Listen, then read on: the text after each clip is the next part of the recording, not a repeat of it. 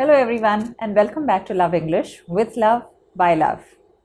Thank you so much for watching all my videos, and today I've come up with a new topic. The name of the topic is contronyms. Have you heard about contronyms or contronyms? Contronyms या contronyms क्या है? Have you heard about विरुद्धार्थी या opposite words? Contronyms are similar words. These are words which are similar in spelling, similar in sound, but the meaning is totally different. ठीक है, ये सारे verbs हैं और ये सारे verbs जो हैं इनके meanings एकदम opposite हैं, एकदम विरुद्ध हैं. ठीक है, तो आज हम कुछ ऐसे contronyms देखते हैं ताकि हमें समझ में आए कि इंग्लिश में एक वर्ड का मीनिंग नेसेसरी नहीं है कि सेम हो. उसका हो सकता है कि ऑपोजिट, एकदम ऑपोजिट मीनिंग हो बस उसी शब्द का. ठीक है, तो चलिए आज कुछ ऐसे शब्द देखते हैं जिसे हम बोलते हैं कॉन्ट्रोनिम्स. चलिए, आज के कॉन्ट्रोनिम्स में the first word that we have is to dust. To dust. To dust का मीनिंग है to remove dirt from somewhere. Okay, यानी झाड़ना या झटक देना, ये है to dust. Example, my mother asked me to dust the furniture. मेरी माँ ने मुझे फर्नीचर डस्ट या साफ़ करने के लिए बोला. ठीक है, ये हो गया हमारा एक मीनिंग कॉन्ट्रोनिम का. अब दूसरा वाला सुनिए. वर्ड सेम है टू डस्ट एंड इसका मीनिंग हुआ छिड़कना. ठीक है, to sprinkle something on something. For example, the baker dusted some powder over the cake. The baker dusted some powder over the cake as well as the cookies. ठीक है, तो आपने देखा कि एक ही वर्ड है. एक में हम जो है डस्ट में झटक रहे थे, वहाँ से जो डस्ट है या धूल है या गर्दा है वो निकाल रहे थे, और दूसरे में हम छिड़क रहे थे और वर्ड सेम है. एक वर्ड दो मीनिंग, कॉन्ट्रोनिम. चलिए नेक्स्ट वाला देखते हैं. हमारा जो दूसरा कॉन्ट्रोनिम है, the next contronym is to overlook. To overlook. To overlook का दो मीनिंग्स होते हैं. फर्स्ट वाला मीनिंग है टू मॉनिटर और टू इंस्पेक्ट. ठीक है, यानी कुछ निरीक्षण करना या किसी पे ध्यान रखना, वो फर्स्ट वाला है. Example, our teachers overlook our academic progress. यानी हमारे जो टीचर्स हैं ये हम साल भर में जो पढ़ाई करते हैं ये इनके ऊपर ध्यान रखते हैं या निरीक्षण करते हैं. ठीक है, एक हो गया ये मीनिंग टू ओवरलुक का. दूसरा मीनिंग ओवरलुक का हुआ नज़रअंदाज कर देना, यानी देखने के बावजूद उसको अनदेखा कर देना. Okay, for example, sometimes some government officials overlook the state of the roads. यानी कभी कभी कुछ सरकारी अफसर जो होते हैं, ये जो हमारे रोड के कंडीशन इतने बुरे हैं, इतनी बुरी हालत है उसकी, लेकिन फिर भी उसको देखकर नज़रअंदाज कर देते हैं. ओके, तो देखा आपने कि एक पर हमने ये देखा कि हम ध्यान रख रहे हैं, दूसरा वर्ड जो है same spelling and same pronunciation, लेकिन हम उसे एकदम नज़रअंदाज कर देते हैं. तो चलिए नेक्स्ट वर्ड देखते हैं ऐसा ही. हमारा जो नेक्स्ट कॉन्ट्रोनिम है वो है टू रेंट. To rent. अभी टू रेंट के भी दो मीनिंग है, ये शायद आपको पता होंगे. एक है कोई चीज़ जो आपको किराए या भाड़े पे देना है. ओके, टू रेंट और to lease something. For example, I want to lease my office. I want to rent my office, यानी मुझे मेरा ऑफिस जो है भाड़े या किराए पे देना है. ठीक है, ये हो गया एक किराए पे देना. Now the next one is also to rent, लेकिन यहाँ पर हम बोल रहे हैं किराए पर लेना. Okay, to rent is again किराए पे लेना. I would love to rent a Mercedes. I would love to rent a Mercedes, यानी मुझे मर्सिडीज़ जो है ये किराए पे लेने में बहुत आनंद होगा, मुझे बहुत खुशी होगी. ऑलराइट, सो देख रहे हैं आप कि एक ही वर्ड है लेकिन दो अलग अलग उसके ऑपोजिट, एकदम ऑपोजिट मीनिंग्स हैं. Alright, let's move on to the next one. The next contronym is to sanction. Okay, to sanction means to provide approval. Okay, मतलब मंजूरी देना, कोई चीज़ के लिए मंजूरी देना. जैसे in some countries the government sanctions the use of guns to private citizens. यानी कुछ देशों में गवर्नमेंट जो है ये जो प्राइवेट सिटीजन्स हैं उनको बंदूकें या हथियार रखने की परमिशन देते हैं. That is to sanction. इसके opposite to sanction is to penalise और to condemn something.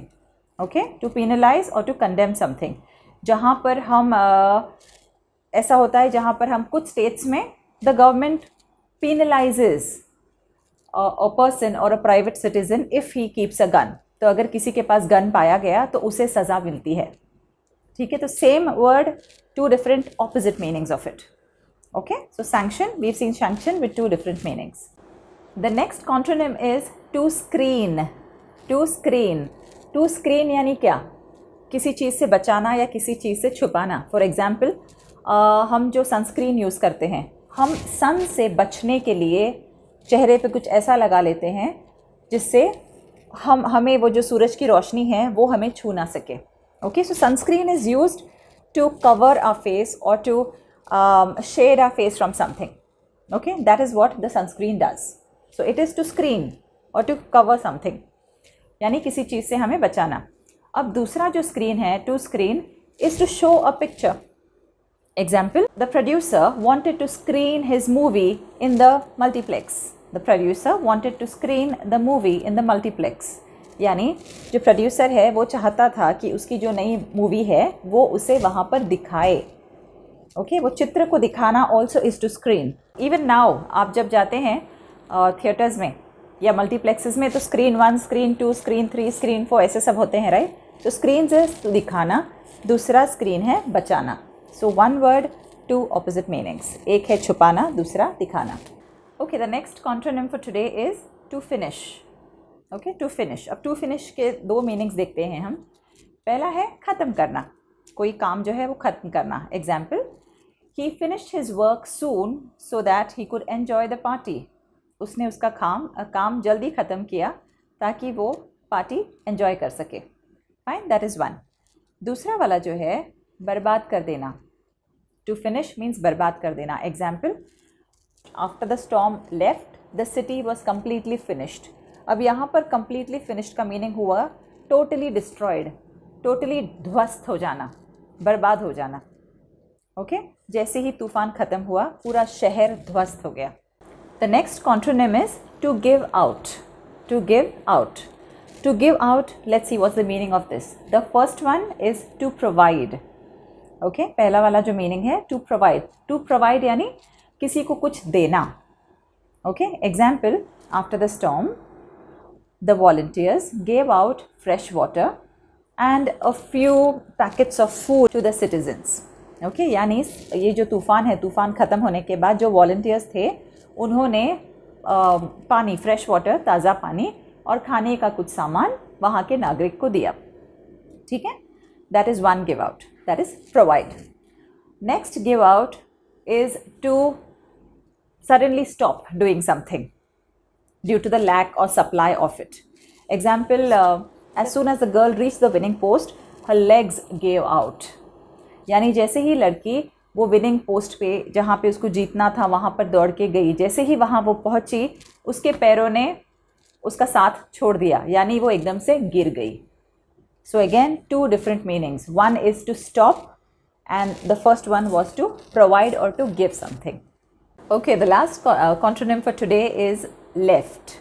What is the meaning of left? Left is to remain. Okay, after the party ended lot of food was left. After the party ended, lot of food was left. Meaning, party जब ख़त्म हुई उसके बाद बहुत सारा खाना बचा। Okay, वो एक मीनिंग हुआ आपका लेफ्ट का। दूसरा लेफ्ट का मीनिंग हुआ टू डिपार्ट, यानी छोड़ के चले जाना या निकल जाना। Example, the guests departed after the party got over. यानी जैसे ही पार्टी ख़त्म हुई गेस्ट निकल के चले गए। ऑलराइट, तो आपने देखा कि लेफ्ट है, एक में बच जाना और एक में ख़त्म होना या निकल जाना, वो दो मीनिंग्स हैं। Okay, we also say that somebody's soul has departed. हम ऐसे भी बोलते हैं कि किसी की आत्मा जो है वो चल बसी है। So that is also something that you use in this word left. Alright, सो आज आपने देखा होगा कि कॉन्ट्रोनिम्स जो हैं ऐसे तो बहुत सारे हैं, हम अगर वीडियोस बनाएं तो पता नहीं कितने दिन लग जाएंगे इसको सब ख़त्म करने में। इसीलिए मैंने सिर्फ आपको एक छोटा सा एक एग्जाम्पल्स थोड़े से दिए हैं ताकि आपको पता चले that in English also we have a lot of words which are homophones. That means that they sound similar, they look similar, they spell similar, but then the meanings are completely opposite of what we think they are. और ये ऐसे भी होते हैं कि कभी कभी आप कैसे पहचानेंगे कि इसके मीनिंग्स क्या हैं? आप तभी पहचान पाएंगे जब आप इंग्लिश रोज़ अपने लाइफ में यूज़ करेंगे.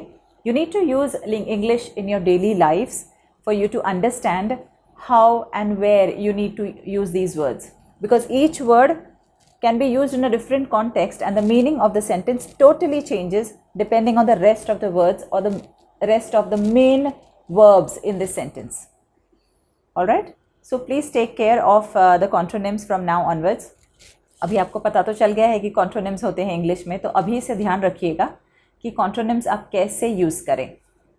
Okay? So you know the drill. You need to subscribe to my channel if you are new to it, and you definitely need to share my videos with everybody that you know. Also like करें मेरे सारे videos, comment करें, और फिर मिलते हैं हम बहुत जल्दी नेक्स्ट वीडियो के साथ.